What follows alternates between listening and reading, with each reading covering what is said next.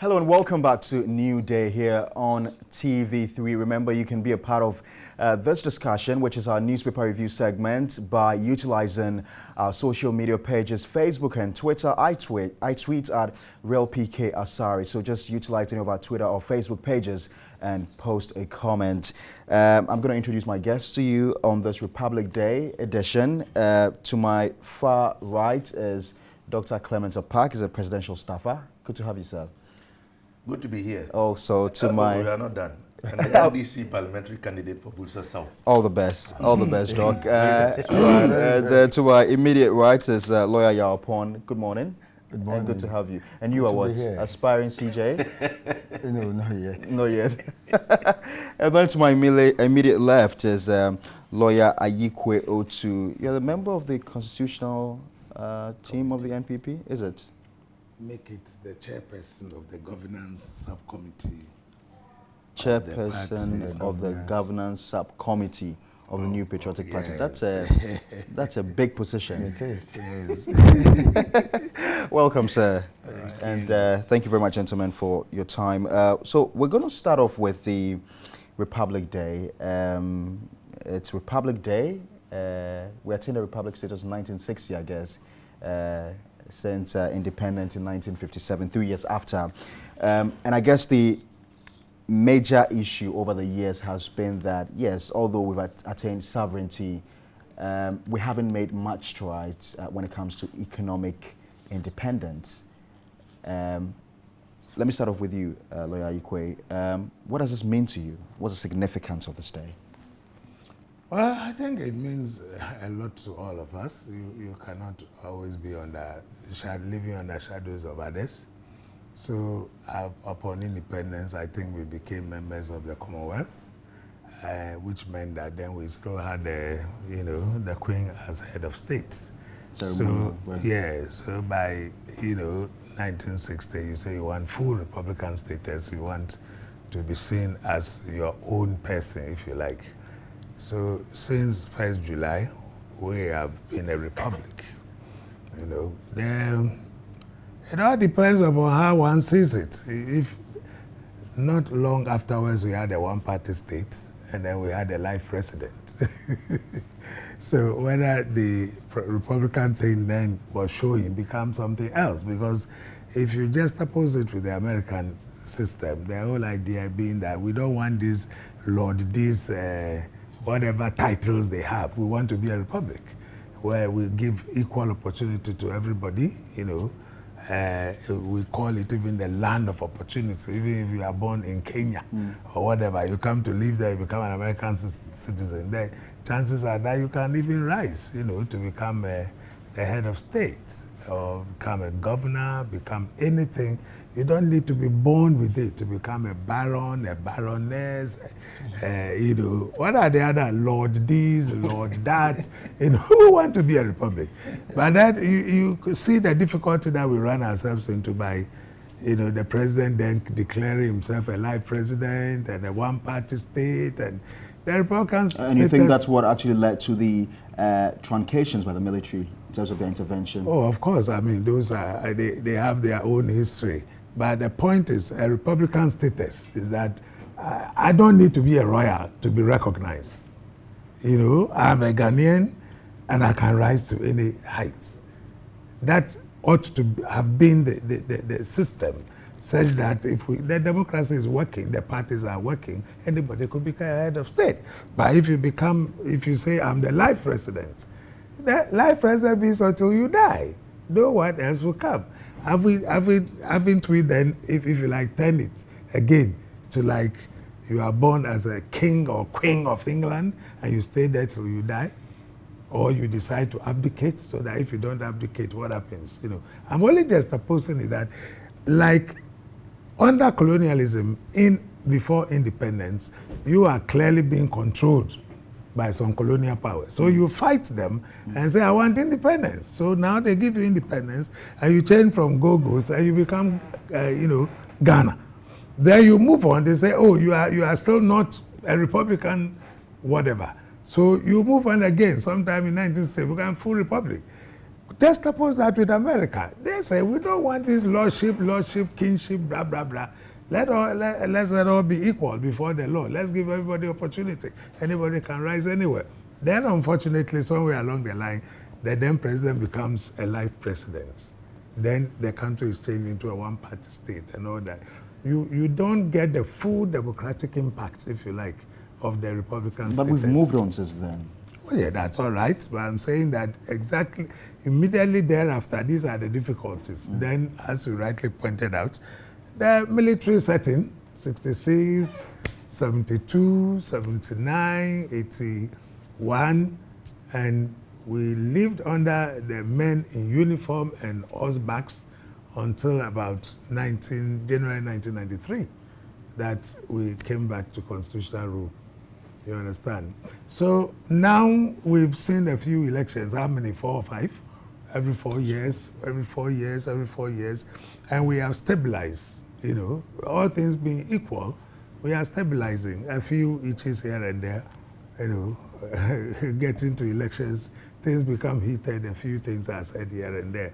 But we've moved on. We are allowing the judiciary to be independent, you know, to be an independent arbiter, to, you know, respect for human rights, you know. A few issues of corruption and whether or not we are really safeguarding our economy, whether we're moving in the right, you know, way in terms of economic, you know, indices is another matter altogether. Right. I'm going to come back to you to expatiate more on that point. But Lawyer Opon, have we made enough strides over the period?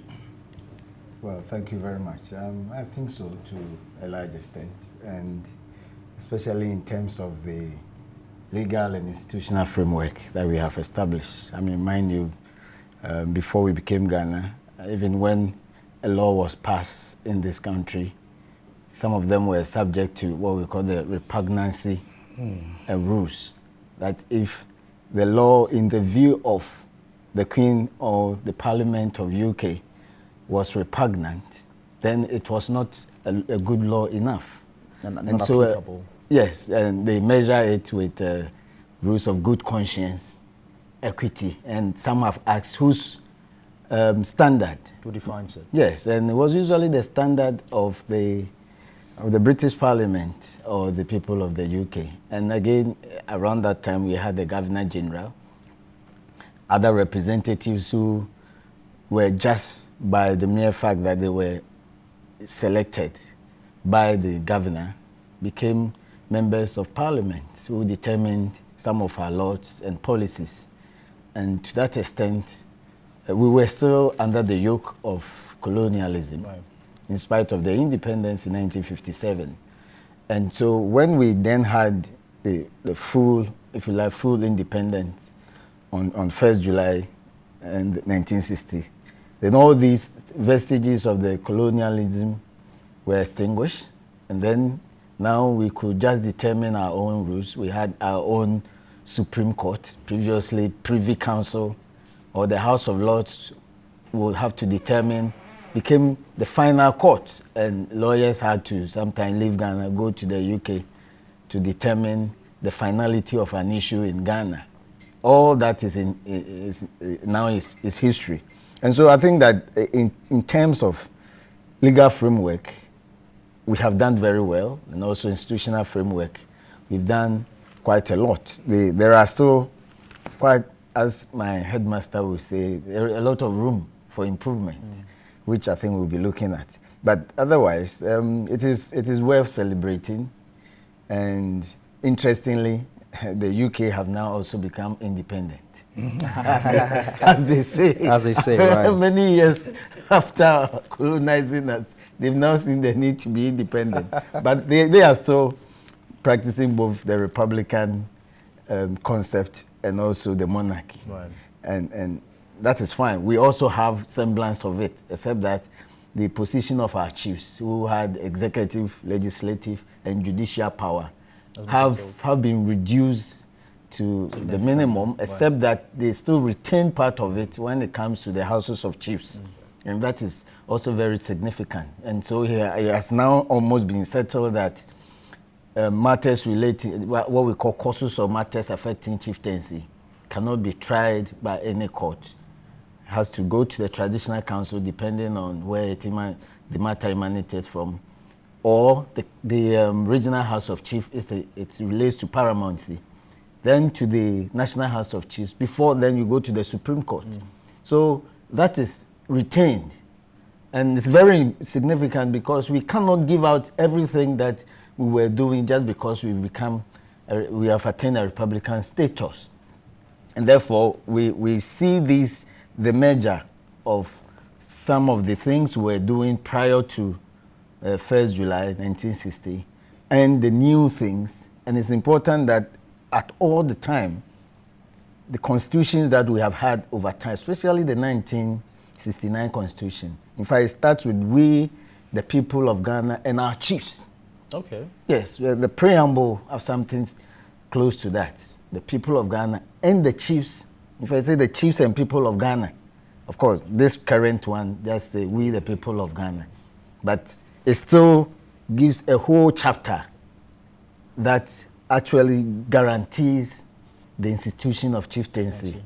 And that, I think that is very important. So as we move on, I think we will develop along these lines. As for issues relating to economic independence and so on, I think there's still a lot of argument to be made that we are yet to attain that. Let me speak to lawyer Dr. Clement Park. What does your presidential diary tell you about our stride so far in terms of independence?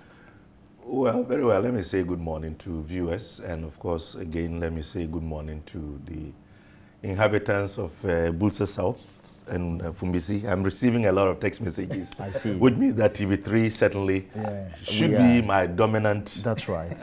We can summon you. My most preferred TV station. Right. But don't charge me fees for advertisement. Anyway, I think that it is very important that we put this commemoration into perspective. Quite clearly, as my two earlier colleagues have stated, there's always been a tendency by some to downplay the significance and the value of important days such as this. For whatever reason, I don't know. But if you understand what it means for an entity to finally have control over its own destiny, you will truly understand why the Republic Day is most important. I mean, yes, our forebearers had fought very hard for several years, and we had been given independence. But, you know, whatever we did was still subject to the approval of the colonial masters, which meant that invariably, as Lawyer Pong put it, we were not fully independent. We were not allowed to make our own mistakes and learn from them, to make our own laws, to govern us based on our own geopolitical and cultural context.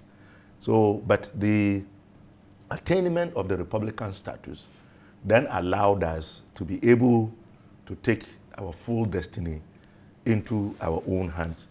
So when we speak about Republic Day, essentially, if you like, it is the coming into being of Ghana as we know it today. And it is that attainment which has allowed us to be able to get to where we are. Yes, along the way, there may have been slips, there may have been excesses, we have had challenges, and nobody is pretending that all is rosy. And if you look at the history of every nation, its socio-political and cultural evolution, it has never been smooth. Challenges, past, present, and some in the future that you can anticipate, you are always going to have to confront them. But I think it is only fair and right that we were able to get the status to be able to decide how we're going to deal with our challenges, how we're going to chart our own course, be it in the area of education, of healthcare, of physical infrastructure, and even, you know, our, you know, law and the constitutions that we have given to ourselves over the past several years. And as Lawyer Pong pointed out, you can even see that we've evolved over time. If you look at the role of the traditional institution in our current governance structure. It's very clear. I mean, if you go to most parts of this country, what we call the formal structures of state don't exist. It is the traditional structures that are at the very foundation of Ghanaian society. If you go to my village of Doninga, for example, in Busa South, or you go to Bedema, there is no police post there. There is no policeman there. So it is the chief and his elders. They superintend over the people. They resolve conflict. They lay down rules. They have regulations, and it functions. And so by blending the traditional system with the formal system, I think that, the crafters of our constitution had a lot of foresight in doing that. So essentially, I think that this commemoration should also give us a reason to pause and reflect about how far we have come, take stock of what we have gotten right, what we have not gotten right, so that as we move along to celebrate the next one next year, we can look at having been able to improve upon where we started. But I don't think that we should be under the illusion that by virtue of being a republic, that meant that we're not going to face any challenges, and that suddenly, all our dreams and aspirations were to just come into fruition. And let me the life of a nation state. Let me just follow from that. Of course, we are on common grounds that, ever since we decided to go by the Constitution, we've made some advances in terms of the guarantee of freedom of expression, in terms of good governance and what have you. But I am one of the people who hold the view that, for instance, the president is clothed with too many powers. Is it about time that we try and curtail the powers of the executive? When we talk about the marriage between the executive and the legislature, the fact that majority of ministers must come from parliament, don't we see all these things as defeating or eroding the kind of democracy that we want to attain? Well, very well. It's a good question. And I have had a chance to engage others on this debate. I know Lawyer Opong has done so, and I know Mr. Ayukwe Otu here too has done so. But that is part of the process. If you look at, I believe, the 1979 Constitution, you look at the arrangement in terms of the powers granted the president by the Constitution, and with specific reference to the drawing from members of parliament for appointments into the executive. The arrangement was different from what we have now.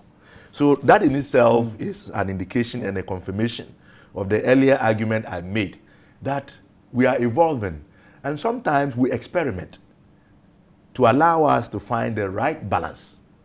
And then when we find that right balance, we maintain that.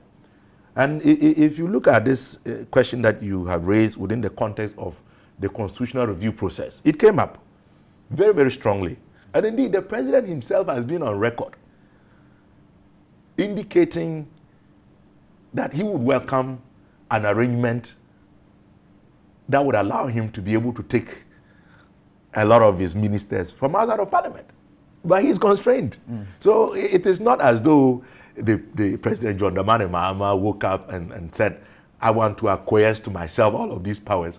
Those powers have been granted to him by the Constitution. And necessarily, he has to exercise them. Because if he doesn't, that in itself also creates a problem. So up until we, pass the needed amendments to modify the Constitution to take care of what you describe as overwhelming powers of the president, we will have to deal with what we have. Lawyer Opong, is it as important as I make it sound? I don't think it's really important.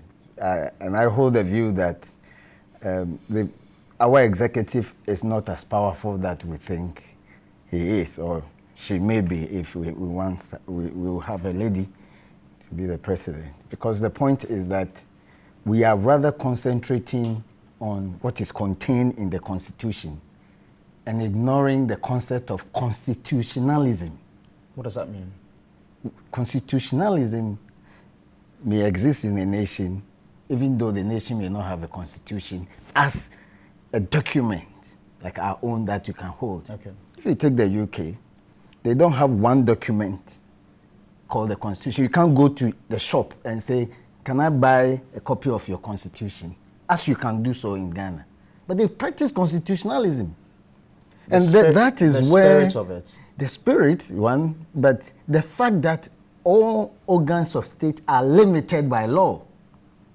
And once you are within the limit, there's no way you can be overly or overwhelmingly powerful. If you respect the legal framework and know that when you go outside the rules, there's a court there that can check you in. The courts themselves are also limited by law. Parliament also limited by law. But strangely, even whilst we are complaining that the executive is too powerful, we are adding more powers to the executive. I can give you an example, creation of district assemblies. And it came up in a case, Amegache versus Attorney General, where clearly the Constitution gives the power of creation of districts to Parliament to make a law. Now Parliament passes the Local Government Act and virtually gives that power to the minister, or let's say the executive, because the minister performs those functions for the executive. And then we turn around to complain that the executive is too powerful. You see? So, and then this issue about the president having to appoint majority of members from Parliament, and you put it rightly. Some people then interpret that to mean he must choose members from a political party that sponsored him. The people of Ghana, in their wisdom, never restricted the president to choose from the party which sponsored him. I'm going to come back to you. We're having some difficulties with your sound, so we'll come back to you. But Lawyer Ikwe Otu, recently the issue of the, they call it the Mahama Ford gift, is it? And then some people, suggested that, there should be a possible impeachment. We thought, or some people thought, that that was a dream that could never come true, because the same parliamentarians who are within ministers cannot make this happen. No, it's rather Parliament itself, where after they've gone through the process under Article 69, whether at the end of the day you need 2/3 of parliamentarians voting to, remove the president from office. The question is whether you can get that one, not because there are ministers there, because all you need is 1/3 to kickstart the process, and 1/3 the MPP can supply that 1/3 easily. Okay. Okay. There you kickstart the process. But at the end of the day, what happens? It's the same thing like this Shiraj thing. You go to Shiraj, they do investigations. What is the end result? You give it to the Attorney General. Then your question comes in. What do you expect the Attorney General to do with it? To go and try the president and say that it should be removed. The Attorney General herself is an appointee of the president. So it's the end result, but not that because they are ministers. You can kickstart the process by 1/3 members sending a petition and getting the investigation started. Let's assume that at the end of the day, you get a verdict that is favorable to you, that what he has done, he has, if you like, gone against his oath, conflict of interest situation, whatever. So he should submit himself to the consequences that follow. Can you get the 2/3 of parliamentarians voting to remove him? Which will subsequently be sanctioned by the AG. No, I mean... After that process? No, the AG's one is different. That is from Shiraj. You end up with your report going to AG. For removal, you end up with the 2/3 voting to remove it. So after that process is over, what happens? It's removed. In Parliament. If it's Parliament, then it means it's removed. Okay. If you get 2/3 majority, Okay. then you can. And the question is, can you get 2/3? It's not possible. And that's, in fact, this constitutional amendment, it even brings me back to constitutional amendment, when they decided, NDC decided to, first flirt with the idea, that if you need 2/3, and you go and start from NDC, and the MPP people are dead against you, you would not get it. So what's the point of starting? But why should it be so? You are wasting your time. Why should it be so? Well, this is politics 1 and 2 legal. So politically, they want their president to remain in office. If you remove him, that clearly is dented their record. So they will not permit it. And that's the difference between what we find in Africa as against the other, the Caucasians and others. Let's talk of Brazil, for example. A report was allegedly presented, and it turns out that some figures were cooked, and something that the president, under whose supervision the report, budget, whatever it is, was presented, are told lies to them, and she ought to be removed. Meanwhile, they are the largest in Parliament, Senate, everywhere. So one thought this thing was not going to get anywhere. Yet they presented a report to, the lower house, and they got through. They went to the Senate, they got through. They even suspended their speaker for trying to put spokes in their wheels when they were doing that. You cannot get the same thing happening in Africa. Our thought processes, if you like, Right. So I guess amongst the three of you, Can I just, because quickly, we need to move to our next subject. because you cut short my Okay, so I'm going to give you. So I'm going to give you a minute each. I'm going to give you a minute each. I'll start with you. Oh, I should get more because No. Yes, No, you we need to truncated move on the to our I next mean, subject. but I think there's a clear consensus from all three of you that, one of the things we need to do moving forward is even to separate the AG's office. No, not from me. You don't think so? I don't think so. We have a different opinion. You also have a different. Okay, all right. Because Okay. you see, the point really is that the Constitution does not really say that the Attorney General must be also the Minister of Justice. Right. It's a Minister of State. Don't we have Ministers of State who don't have any portfolio? Okay, so the Attorney General, and you see, in all these things, the bottom line is the conscience of the personalities. Because you're a professional lawyer, number one, you know that if you were acting for a private person and the person wants to impose his instructions on you, which you think that by your skills and standard, it is not something that you must push. Why must you go ahead and do it? Just because you're afraid you'll be dismissed? So a lot depends on the conscience of the people to whom they think their loyalty is due. And it is not due to the one who appointed you. The people of Ghana who are paying you. The same as Parliament. It's because of sometimes the misconception, what I consider to be misconception of the parliamentary system. Sometimes you are surprised that the head of a committee in Parliament, let's say for finance, will fully be supporting what the government has presented to Parliament and will not concede. Okay. Meanwhile, what they are forgetting is that they are not part of government. The government is a single person called the president. By definition, the one who exercises the executive power. Right. So until we see, even in the UK where the parliamentary system is being practiced, look at the recent times. Even the very close cabinet members, both in the opposition and in the party in power, they disagreed with their leaders. So it's a matter of conscience, yes. Dr. Park. But I guess the point Lawyer Pong is trying to allude to is, what we call personal responsibility. Right. And we would all want to egg that because it is needed not only in politics and by people that we have entrusted our destiny onto to help us chart the right course. But for all of us, we should all have the responsibility to do what we believe is right. Right. But generally, this call about impeachment was misplaced by and large. There was no ground, there was no basis. And quite clearly, since the politics of it has come up, I can say that certainly it could never have gone beyond. It could never have gone beyond the political gimmickry that came with it.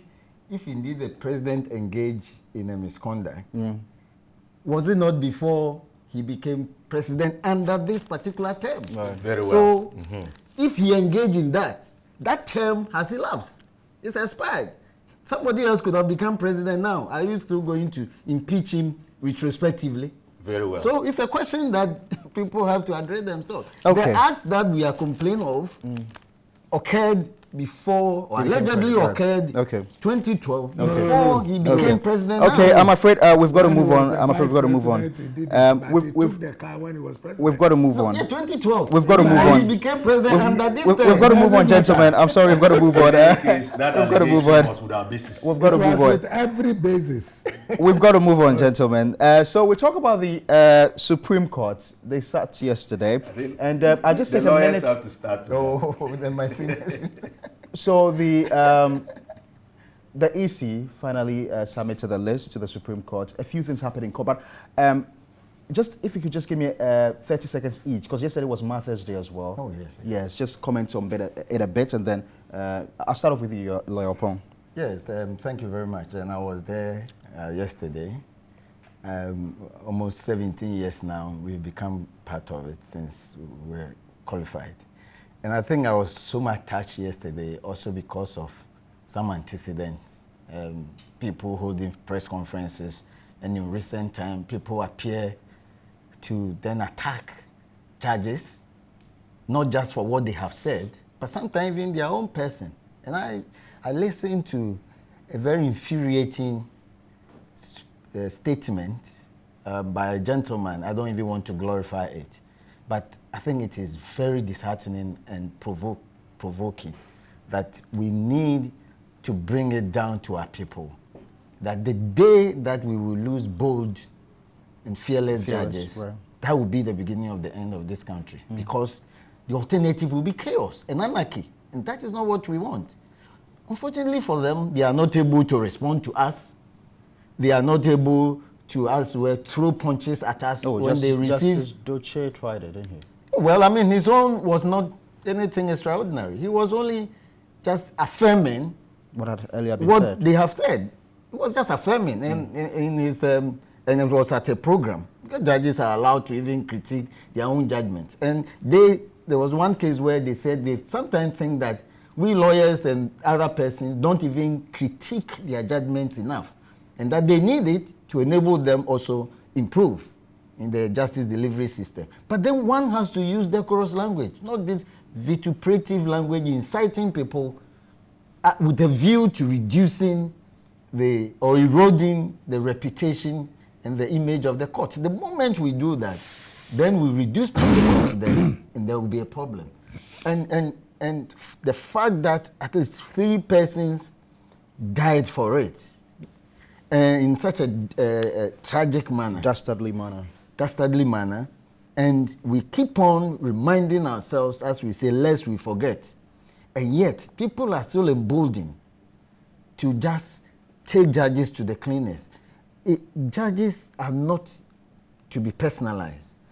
They represent a court. So you can refer to the court, you disagree with the statement of the court, offer a constructive alternative view or dissenting opinion on it. It is justice emanates from the people. We are those who have the power, and we've given a portion of it to the court or the judges. Straightforward to happening to the Supreme Court yesterday. Yes, I mean, so we need to really still hold them high, and that is why then we'll also come to this. I mean, you can imagine if there was no Supreme Court or judges who are independent, I'm sure this matter would have just dragged all of us to a place that we need not be. And from 2014, what I consider to be very clear, basic language has been used to order someone to do something. Of course, I mean, it is said that the law is just like a coin. It always has 2 sides to it. But when consistently it is the other side that you think it is, has been pointed out to you that this is rather what you are saying by an authority, then it may then be interpreted to mean, well, non-compliance justified under ambiguity or an assumed ambiguity, which I don't think it was. And so on 3 occasions, which I think even the last one also appear to identify that when we said clean, first, it means the thing is dirty. You don't clean something which is clean already. It's dirty. Go and clean it. And then you still come back to appear to say that by your conduct that you didn't understand the word clean. Or you did, but you didn't know how to clean it. But the person had already ordered you to clean it by what? Deleting. Specific names. This same argument was raised in the 2014 Abu Ramadan case, which I have here. And the court had very strong words for them.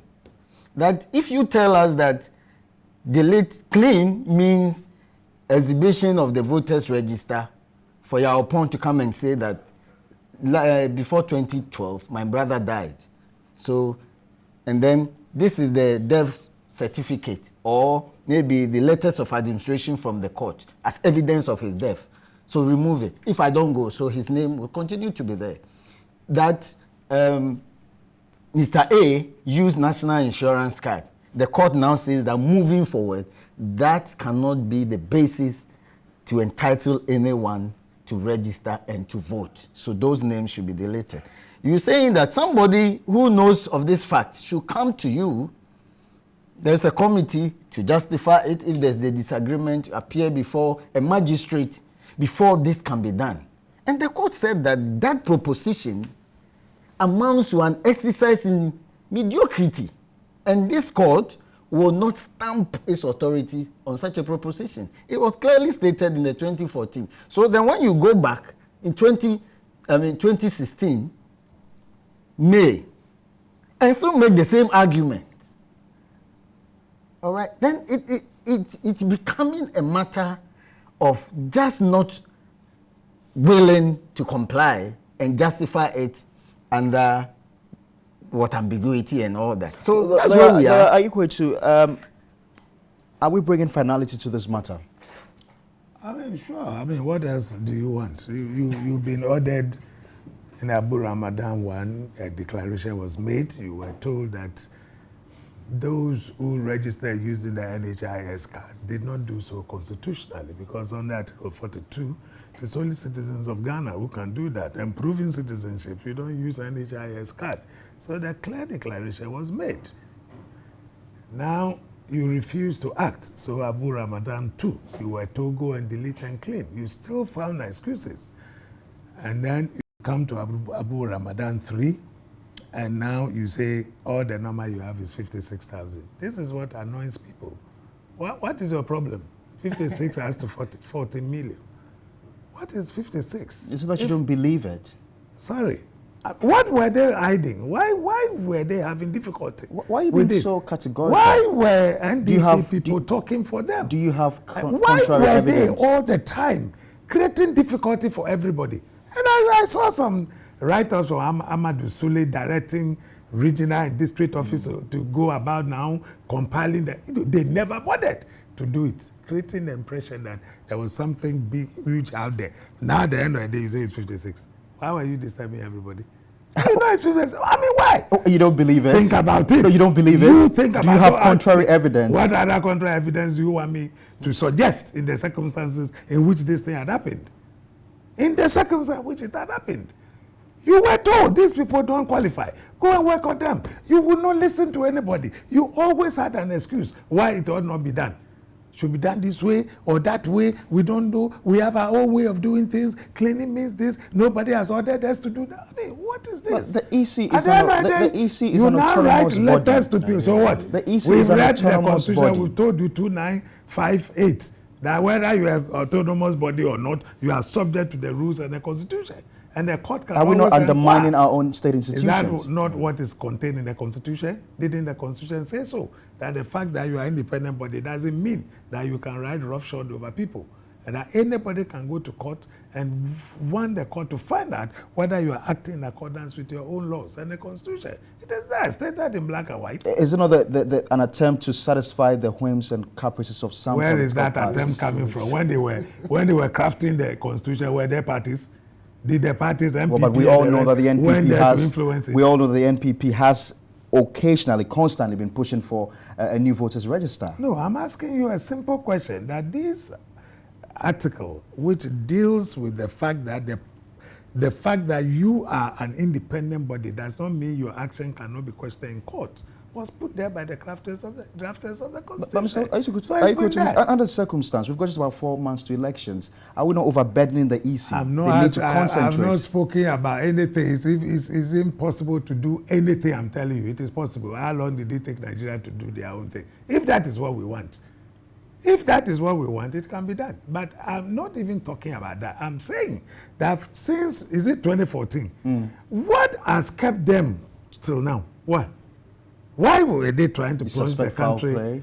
That's what the Supreme Court told them, that will not sit down for you to go and plunge the country. Dr. Park. So why were they doing that? You have not answered the question. I keep telling you, that from 2014, they asked them to do it. They are not doing it. Dr. Park. You say MPP wants what? Go ahead, do it. If you have said this 56 May I please ask my question? Dr. Park, when you listen to some of the arguments, we're told the AG, for instance, told the court that if we had to delete the names of those who registered with NHIS cards, it was going to be in the millions, and a lot of people will be disenfranchised. And then we see just about 56,000 names being presented. Well, I haven't heard that argument, and I have not read anywhere the comments that you are attributing to the AG. But even before I also wade into this conversation, you know, Mr. Ayekwetu here is trying to create the impression that perhaps my party has become the spokes vessel for the Electoral Commission. And I think is that the case? I think that perception in itself is very erroneous and adds to, you know, this unfounded suspicion that perhaps the conduct of the Electoral Commission seeks to benefit our political party. And it's very unfortunate because if we are to talk about rhetoric that has the capacity to cause chaos, I think that this type of language certainly has that potential. And I was, in fact, scandalized when the Director of Communications for the NPP actually stated this very, very publicly. And if you observe the trend in the higher echelons of the NPP, it seems to be, you know, what they try to highlight. So whilst we can speak about the Electoral Commission and the orders by the court as to what it needs to do, I think we also have to be circumspect about trying to demonize it. But is it not curious, Dr. Park, that anytime we always have an incumbent supporting the EC and an opposition always trying to hit on the EC? That should tell you that it's a systemic problem. It is not so a problem by a political party. Okay. And indeed, the question can also be asked, why would anyone have a problem with an entity that has superintended over an election that you have won? So, you know, we'll come back probably to the issue. So that question can be posed to the NDC as well? Yes, for all of us. Yes. It's what I'm saying. Yes. That is why I say it's a systemic problem. Right. And that comes back to what we both alluded to earlier. Personal responsibility. It is very important. But be as it may, you know, we are dealing with law. We are dealing with two constitutional creatures. And of course, we all know that the value of the court, and the Supreme Court in particular, is one that cannot be contested and challenged. You know, we talked earlier about Matters Day. Allusions were made to the fact that if not for the existence of the court and the fact that we have bold and fearless justices who would interpret the Constitution the way it should be, because, I mean, they exercise that in our interest, we will be having a chaotic situation. And therefore, if the court has directed the Electoral Commission to undertake certain activities, and the Electoral Commission has complied, I think that we as social commentators shouldn't try to preempt and justify or dismiss what the outcome would be. So that if it was said that names should be expunged from the voters register as part of the processes to clean it. And we all agree, by and large, that there are names in the register that shouldn't belong. Minors who are in the register shouldn't belong there. Those of our relatives who have passed on should not be on the voters register. And by the interpretation of the Supreme Court, the directive that has been given, it is now agreed that those who registered with the NHIS card perhaps did not meet the requirements set out by the Constitution as being citizens. So they say, Electoral Commission, go and bring us the names of those that you have, who have registered with the NHIS card. Electoral Commission has done that. So let the processes unfold. Were you equally shocked to know that 56,000 people? Why would I be shocked? I have no reason to be shocked because I am not the Electoral Commissioner. I am not a member of the Electoral Commission. I don't keep their data. I don't know what is in their database, and you don't either. And I think that was why when the Chief Justice also challenged the plaintiffs to bring forth, if they have any reason to doubt, what has been presented as per their lead counsel, I think, Frank Davis, right? Yes, Frank Davis, who raised that objection yesterday. Then, if they know, or if they have an alternative list of persons who have registered with NHIS, they should also help the process. They should bring it forward. So up until that happens, we can only go by what the Electoral Commission has presented. Right. It's really that simple, as far as I'm concerned. Lawyer Paul, why are the plaintiffs, why do they seem to be fighting the EC? I mean, you have said that there are names, there are people who have registered with NHIS cards on the register. You want the EC to come up with the names. The Supreme Court has ordered. They've come up with names. And you still appear to be challenging. Well, I mean, first of all, nobody goes to court unless there's a dispute and unless there is another person who also disputes what he also is disputing. So he has a clear view of what his case is. And that has been confirmed by the Supreme Court, that they have actually declared that the register as it stands now, it is not valid, reasonably valid. And it is not reasonably clean, which is what the plaintiff went there to ask them to grant for them. And that also means that these names that found themselves in addition to the deceased persons, don't make the register clean. So for them, until those names, first of all, they should know the names.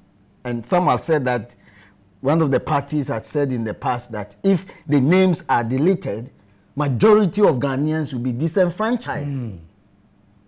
And the register the last time was in excess of 40 million. The simple definition of majority means, is it not more than the other? And if you have 40 million, if that statement is on record, and I'm being cautious. But that statement is not a statement coming from the Electoral Commission. So why do we well, I'm saying that one of the parties, it doesn't matter whether it's the Commission or the Attorney General. Doesn't matter, the Attorney General. Yes, and I'm saying that one of the parties. And the chairperson has also been quoted or alleged to have said that if it is so done, then elites, only elites in Ghana will eventually, or the document will become elitist. How many elites do we have in this country? So that is what formed the basis that then the names of those who got into the register through the NHIS card should be more than those who did not. Okay? So, but they are saying that... You're not suggesting for a moment that the EC will set out to go and deceive the courts. I'm not suggesting that at all. Not at all. But the parties appear to be doing so. And yesterday I heard one of the plaintiffs saying that even some of the numbers they brought, the name, did not match up with the normal digits required for NHIS card. And so they have started even also identifying maybe, and I understand that one of the lawyers said those things may relate to errors. I don't know whether transpositional error or whatever imaginary error, but that is what they said happened. I didn't hear. But the point really is, and I go back to it, why are we here? We are here because mistrust. Parties mistrust each other. Individuals are looking over their shoulders what the other person is doing. And why are we even doing that? It's because we have glorified political positions to the level that it is that position or not. It is because when a person gets power, others are totally ignored. Even if the person is competent, the good professor once said that he who pays the piper calls the tune.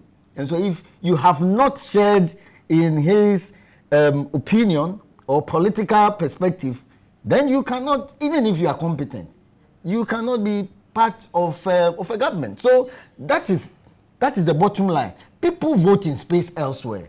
People just take ballot papers. They just go to the post office and put it there. People vote online. This EU election, highly contested. Have you heard anybody talking about rigging? No, because the people who do it have made up their mind that no useful purpose will be served by just taking a non-citizen to the center to register that person or to encourage that person. And until we get to the point when we realize that, look, we can bring angels from heaven to come and be polling agents, it will still not get us. Lawyer, are you quoted? This could as well be a well-calculated attempt by certain parties to have a newly compiled register. I said, if it calls for that, so be it. But that is not the issue. That's not the issue. This whole talk about disenfranchising people, which party started it?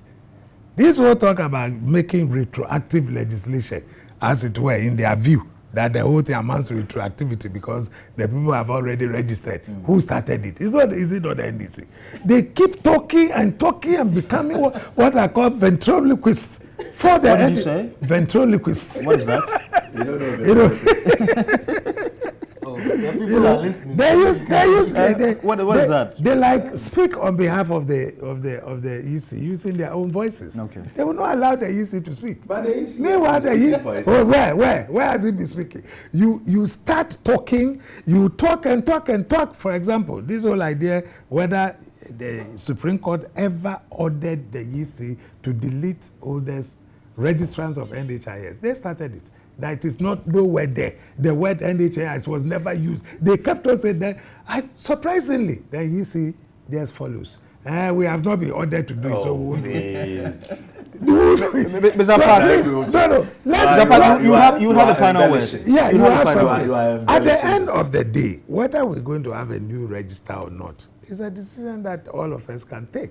If in their own view, I mean, from the pleadings and what the gentleman is saying is true, that they did say so, that millions registered using that NHIS. How come that we are now being told about 56,000? And I'm saying that I have read on social media some of the directives of Amadou Sule asking the district and whatever officers to try and compile the list, which was done hurriedly. You're taking that hook, line, and sinker? So, why?